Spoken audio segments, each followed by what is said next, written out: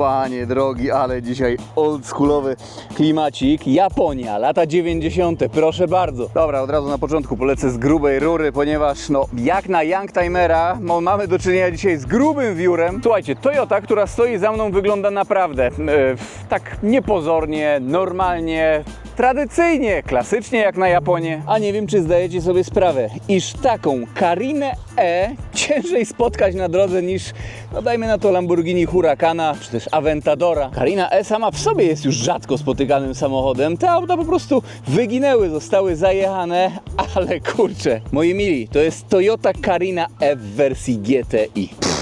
Nawet nie wiedziałem, że coś takiego istnieje. Kto Toyociarz, ten się chyba spoci na widok tej maszyny. Powiem tak, wejdźcie sobie na ogłoszenia i nie tylko w Polsce, w całej Europie i sami sprawdźcie, ile takich Carin E GTI jest wystawionych. Wieczorem przejrzałem OLX, Otomoto, Mobile D, 0. A tak się składa, że ten egzemplarz jest na sprzedaż. Link do ogłoszenia znajdziecie w opisie filmu. Naprawdę nietuzinkowy Youngtimer, taki sleeper wśród Youngtimerów, bo ktoś sobie patrzy, o, Carina, myśli sobie, kurczę, kiedy ja ostatnio widziałem Carinę? Ale pójdźmy dalej, zobaczę emblemat po lewej stronie i skwituję, Boże, cóż to takiego jest? W dzisiejszym filmie przyjrzymy się tej maszynie z bliska, zmierzymy ją raceboxem oraz później skoczymy na próbę autostradową. Auto z 92 roku, także jeszcze jest to przedlift, mamy tutaj ponad 150 koni mechanicznych, jest to czwarta generacja Cariny i teraz tak, to jest ciekawe, bo najpierw była Carina, później Carina 2,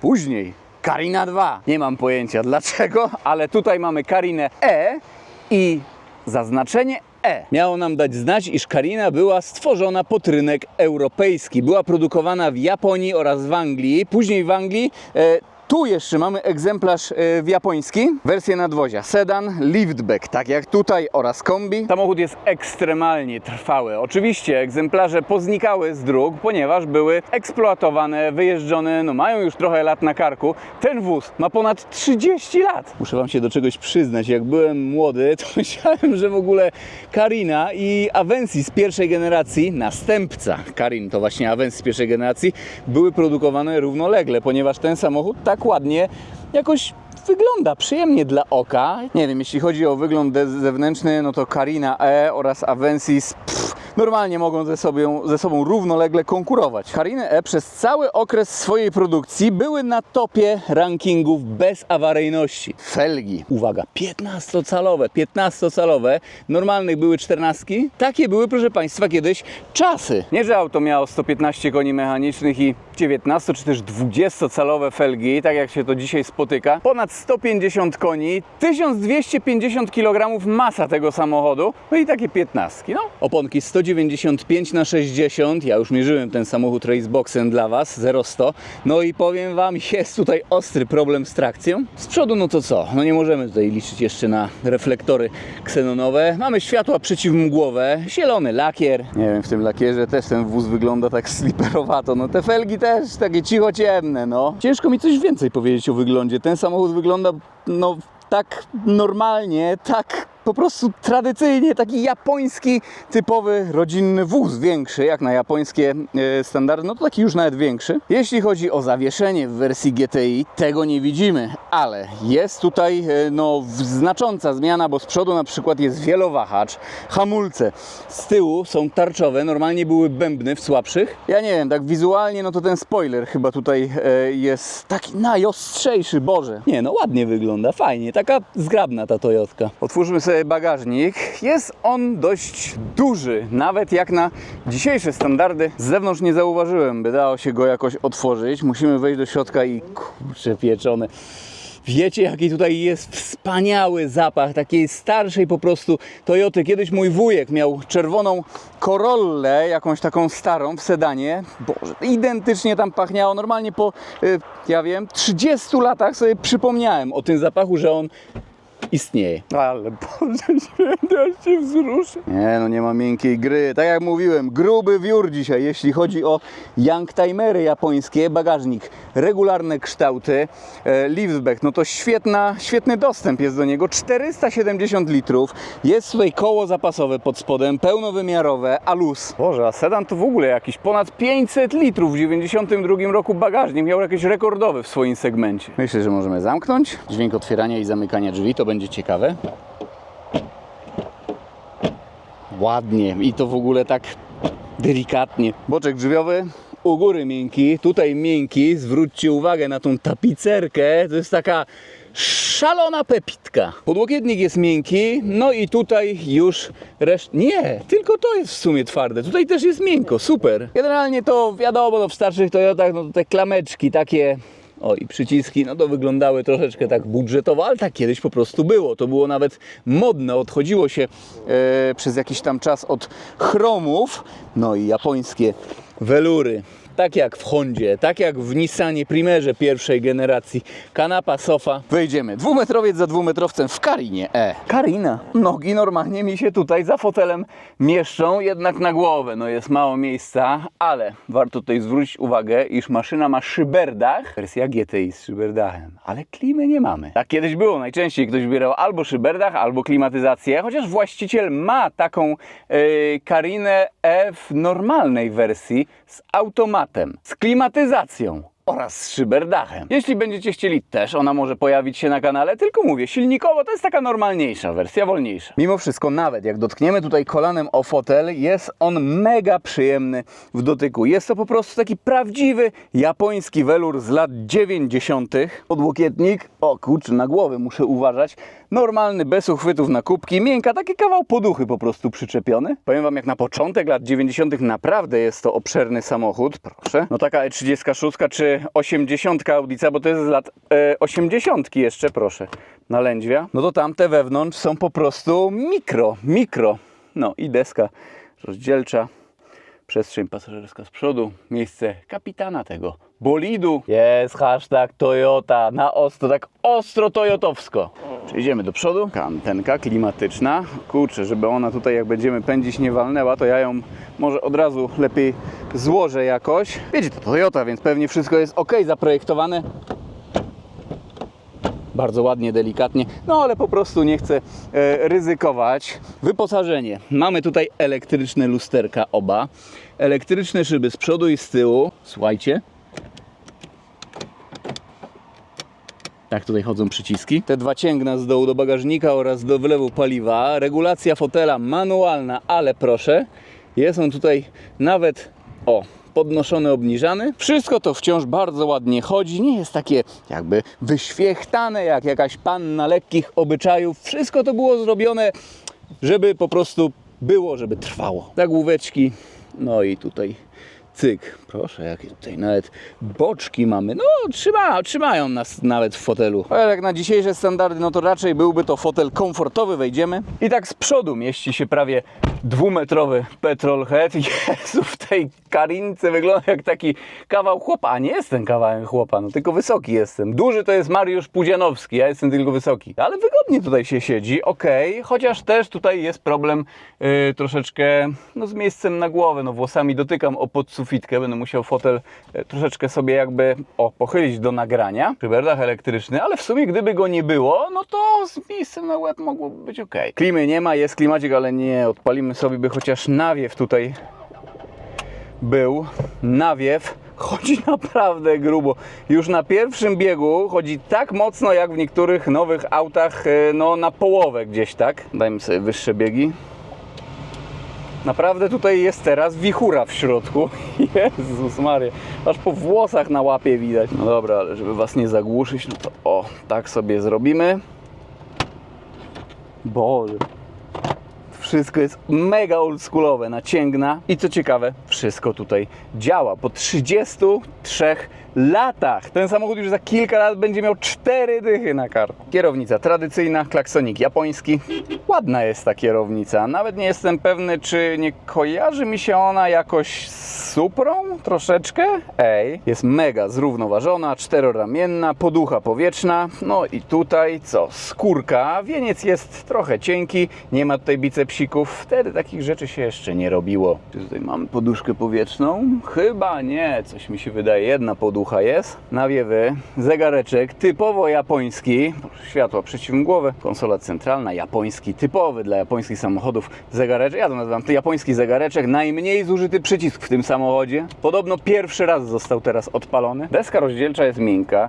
Tutaj jeszcze, no kurczę, raczej twarde. No i tutaj twarde, tu jest taki ordynarny plastik, schowek. Też to wszystko jest proste, twardo jest w środku. Tutaj nawet na smartfona miejsce, fajne miejsce, by zamontować indukcyjną ładowarkę, tak dziś na przykład. Kieptacka, lewarek skrzyni biegów, zobaczcie jaki struś z niego. No i japońska skrzynia biegów. Auto tyle lat na karku, a normalnie. Kurczę, i to jest właśnie to w Japończyku. Praca skrzyni biegów. Dlatego mówię czasami, że skrzynia pracuje jak w Japończyku. Czyli naprawdę super. Ręczny oczywiście analogowy. Tutaj jakieś zaślepeczki. Schowek, jakiś cup holder można nawet by tak to ująć. I podłokietnik. Trochę nisko jest no. No, schoweczek. Ta szalona pepitka japońska. Te fotele wyglądają na komfortowe i są naprawdę komfortowe, duże, obszerne. Jeszcze po tej stronie szybko pakiet przycisków, tak to wygląda. Kierownica regulowana jest w jednej płaszczyźnie, w pionowej i liczniki. Zbyt wiele do opowiadania tutaj nie ma. Jedyny taki ciekawy feature to, proszę, ekonomizer. Jest on naprawdę prosty, po prostu zielona i pomarańczowa, czy tam żółta dioda. Prędkościomierz wyskalowany do 240 km na godzinę i w sumie wyglądają mi te zegary troszeczkę jak w Mercedesie, powiem Wam. No obrotomierz do 9000 obrotów wyskalowany, no to jest też charakterystyczne dla GTI właśnie. O, ale GTI ta nazwa to i w Peugeotie, i w Volkswagenie, i w Toyocie. Wiecie, jak się widziało znaczenie GTI, no to wiadomo, że było grubo. Kurczę, to jest właściwie nie do 240, tylko do 250 km na godzinę. I zajrzyjmy pod maskę. Kiedyś się zaglądało do środka, do samochodów i patrzało, ile tam auto miało na liczniku. No to tutaj jako małolat miałbym naprawdę grubo. Kurczę, super. Gdzie tam super? Właśnie Carina to jest życie normalne. 4-cylindrowe, wolno ssące 2.0. Oznaczenie 3SGE i generalnie silniki z tej rodziny były produkowane jakoś 20 lat, bardzo długo. Były wolnossakami, proszę też tutaj jaki fajny emblemacik, 2000 Twin Cam 16. Też to według mnie bardzo grubo wygląda. DOHC na pasku. Cariny słynęły ze swoich mega solidnych i świetnie spasowanych, świetnie złożonych silników. Jeśli ktoś je serwisował odpowiednio, bo interwał był tutaj ustalony jakoś na 10 000 km, żeby olej sobie wymieniać, to naprawdę, czy to słabsza Carina, czy GTI, mogły te auta normalnie przejechać 500 000 kilometrów bez większych problemów. Chyba dieselki jeszcze były w Carinach, ale podobno były one takie sobie. No akurat już tam nie rozwijam tego tematu, nie rozwijam, nawet nie szukałem. Możecie mnie uzupełnić w komentarzu, jakie były dieselki w Carinach E. Silnik ten można spotkać też w Celice GTI, w MR2 nawet. Moc 158 koni mechanicznych, moment obrotowy 186 Nm. Zanim maskę i przejdziemy do osiągów, jak na początek 90 lat, był to naprawdę szybki samochód. Wiecie co? 850 CI BMA miała 7,5 do setki, żeby Wam to tak zobrazować. No to tutaj producent deklaruje 8,4 sekundy. Macie tutaj pomiar 0-100. 2 razy robiłem pomiar i 2 razy były tutaj duże problemy z trakcją. Trzeba było po prostu absolutnie takie świeżutkie oponki, po prostu nowe nałożyć, by się kleiło i byśmy zeszli niżej.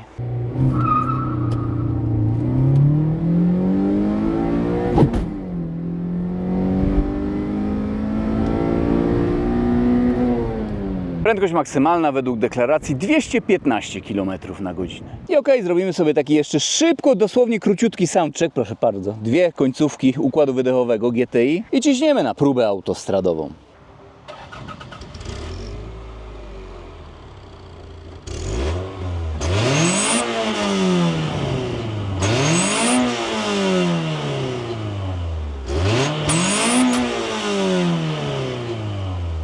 No i dobra. Zamknę sobie okno. Kurczę, oby dzisiaj kamery nie popadały.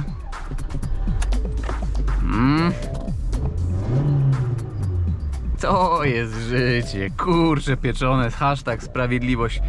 Wiecie co? Wiecie, z czym mi się kojarzy dzisiejsze kręcenie tego filmu i ten samochód? Z czasami, kiedy zaczynałem swoją działalność na YouTube i kurczę, z próbą autostradową konkretnie, a wy to pewnie nie pamiętacie, Escorta RS 2000. Kurczę, ja pamiętam, wtedy też tak było ciepło, taka pogoda, podobne lata, klimat samochodu, też taka usportowiona, ale wtedy ten Escort poszedł, a kurczę, no, możecie sobie poszukać, no, ale starsi widzowie, myślę, że coś im tam może świtać. No i dobra, teraz będziemy mieli taki trochę wiatr w mordę, trochę w bok, no i dobra, dzida.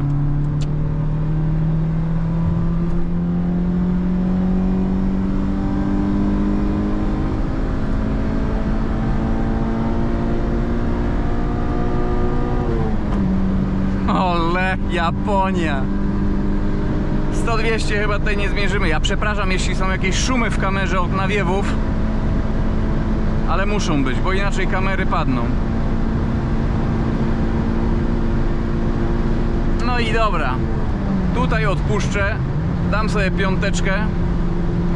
No i taki tryb luźnego Ryszarda. Ojejku, ale tutaj buchnęło mi. Chyba tu nie ma filtra kabinowego. Jak tam z przekłamaniem? 10 km na godzinę mniej więcej. Nie, no mniej trochę. 6.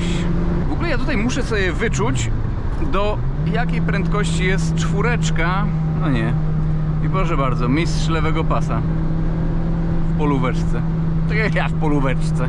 Powiem wam, jest tutaj głośno już przy takich 170 według GPS-u. Jest tutaj głośno.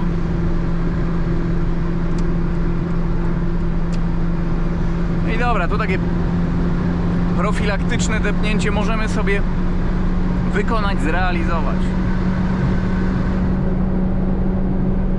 215 auto ma wpisane. Widzę takie 200. Tutaj Casio, malinowy Casio.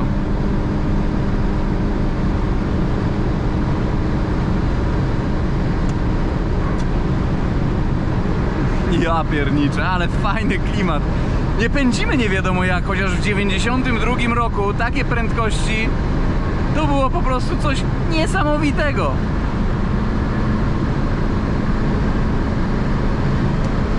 No i już 223 km na godzinę według GPS-u. Było wprawdzie trochę z górki, ale pod wiatr. Dobra, pojedziemy sobie do trzeciego zjazdu, zawrócimy i spróbujemy jeszcze z wiatrem. No, 100-200 by się przydało tutaj zbadać, tak na równym. No a póki co damy maszynie poodpoczywać. Może prędkości obrotowe 140 km na godzinę. No to jest no prawie 4000, 3989, 120 to 3412. No w drugą stronę to będzie z wiatrem ostro. 100 to będzie 2800.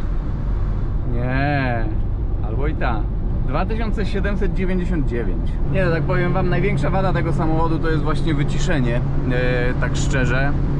Chociaż kurczę, patrząc przez pryzmat lat, rocznika, ja wiem. No dobra, to czas na soundcheck. No słychać, że to są 4 gary, ale no też słychać, że to japońskie 4 gary. Jakoś tak po prostu jest.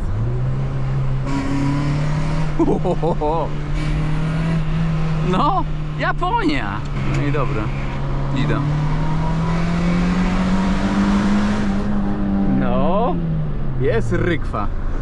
To jest też ciekawe, iż jest tutaj jakby takie walnięcie przy 5000 obrotów. Znaczy nie jest to walnięcie, ale po prostu taki dodatkowy boost. Czytałem o tym, że właśnie te silniki tak mają. Taki, kurczę, aż by się chciało powiedzieć VTEC Kick In Yo, ale nie w tym przypadku. To jest Toyota, nie Honda. Prowadzenie, no cóż, auto generalnie, no buja się, no. ale też jakbyśmy wzięli teraz Golfa 2 GTI na przykład, bardzo chętnie bym przetestował taki samochód, no to on też raczej będzie się bujał i tak dalej. Wąskie opony, no nie wiem. O nie, co tutaj się dzieje? Proszę, zjazd jest zablokowany i wszyscy tutaj jadą 40 km na godzinę. Jak my tutaj 100-200 zmierzymy? A tu właśnie chciałem mierzyć 100-200, a akurat w tym momencie muszą tu jakieś prace być, no. Może jakiś wypadek, cholera wie. Dobra. Z Trójeczki sobie pojedziemy. Na dwójce tak 100 km na godzinę według GPS-u robi ten wóz. Dobra. Wyptamy.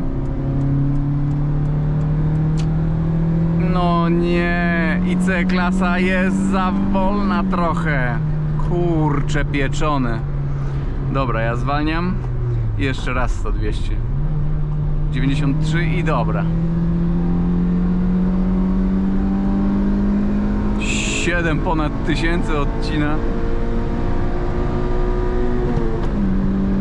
No i to jest życie.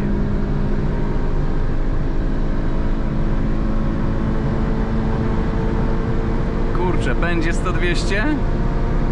Będzie jakiś wysoki czas, ale będzie. Jeszcze na tym biegu może nawet. Nie, odcina. Dobra, 30 sekund mniej więcej. Sekundę, półtorej można byłoby tutaj urwać, ale pamiętajmy, że też jedziemy z wiatrem. Wiecie, no ten samochód no już ma swoje lata przecież, no ale mimo wszystko, no już 223 było według GPS-u. Dobra, panie Mercedesiarzu, wjeżdżamy. Chyba że pan cień aerodynamiczny robi, o ile pan w ogóle tyle wyciągnie. Czwóreczka. Idź, ja pierniczę, i lewy pas. I lewy pas. Moi mili, patrzcie co się tutaj dzieje, ale wstyd. No i Mercedesik. Patrzcie, cień aerodynamiczny. Spróbujemy dziabnąć tego Mercedesa, a też ciśnie na próbę. Patrzcie, patrzcie, patrzcie. Patrzcie, patrzcie. Też ciśnie. No 216-217 km na godzinę, ale dziabnęliśmy Mercedesa C. Przepraszam, S206. Kurczę, akurat telefon mi teraz musi dzwonić. Prawy pas, bo zawsze może być ktoś szybszy i teraz decha. I teraz mi się wydaje, że będzie więcej niż 223 nawet. Ale ciśnie Mieczysław za nami, wkurzony jak cholera. Aż zwolnił. Dobra. Proszę Państwa, 234 km na godzinę według GPS-u. Carina E GTI. Ja pierniczę. Ty, tu ile było na budziku? Ponad 240? Ale ten wóz dał radę, ja pierdzielę. Jezus Maria. No aż mi normalnie, aż mam gęsią skórkę normalnie. Tak mi się tu podobało. RS 2000 mi się kojarzy, ten Fordzik, co wtedy był. No kurczę, ja.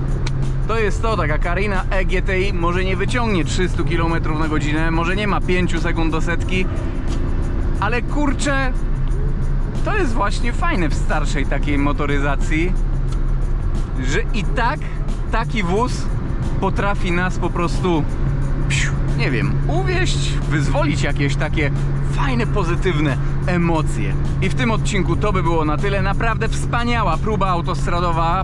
Toyota sobie poradziła fenomenalnie. No 215 wpisane, a tutaj proszę 234. Pozdrawiam i do zobaczenia w jakimś kolejnym filmie, kolejnym odcinku. Na razie, trzymajcie się.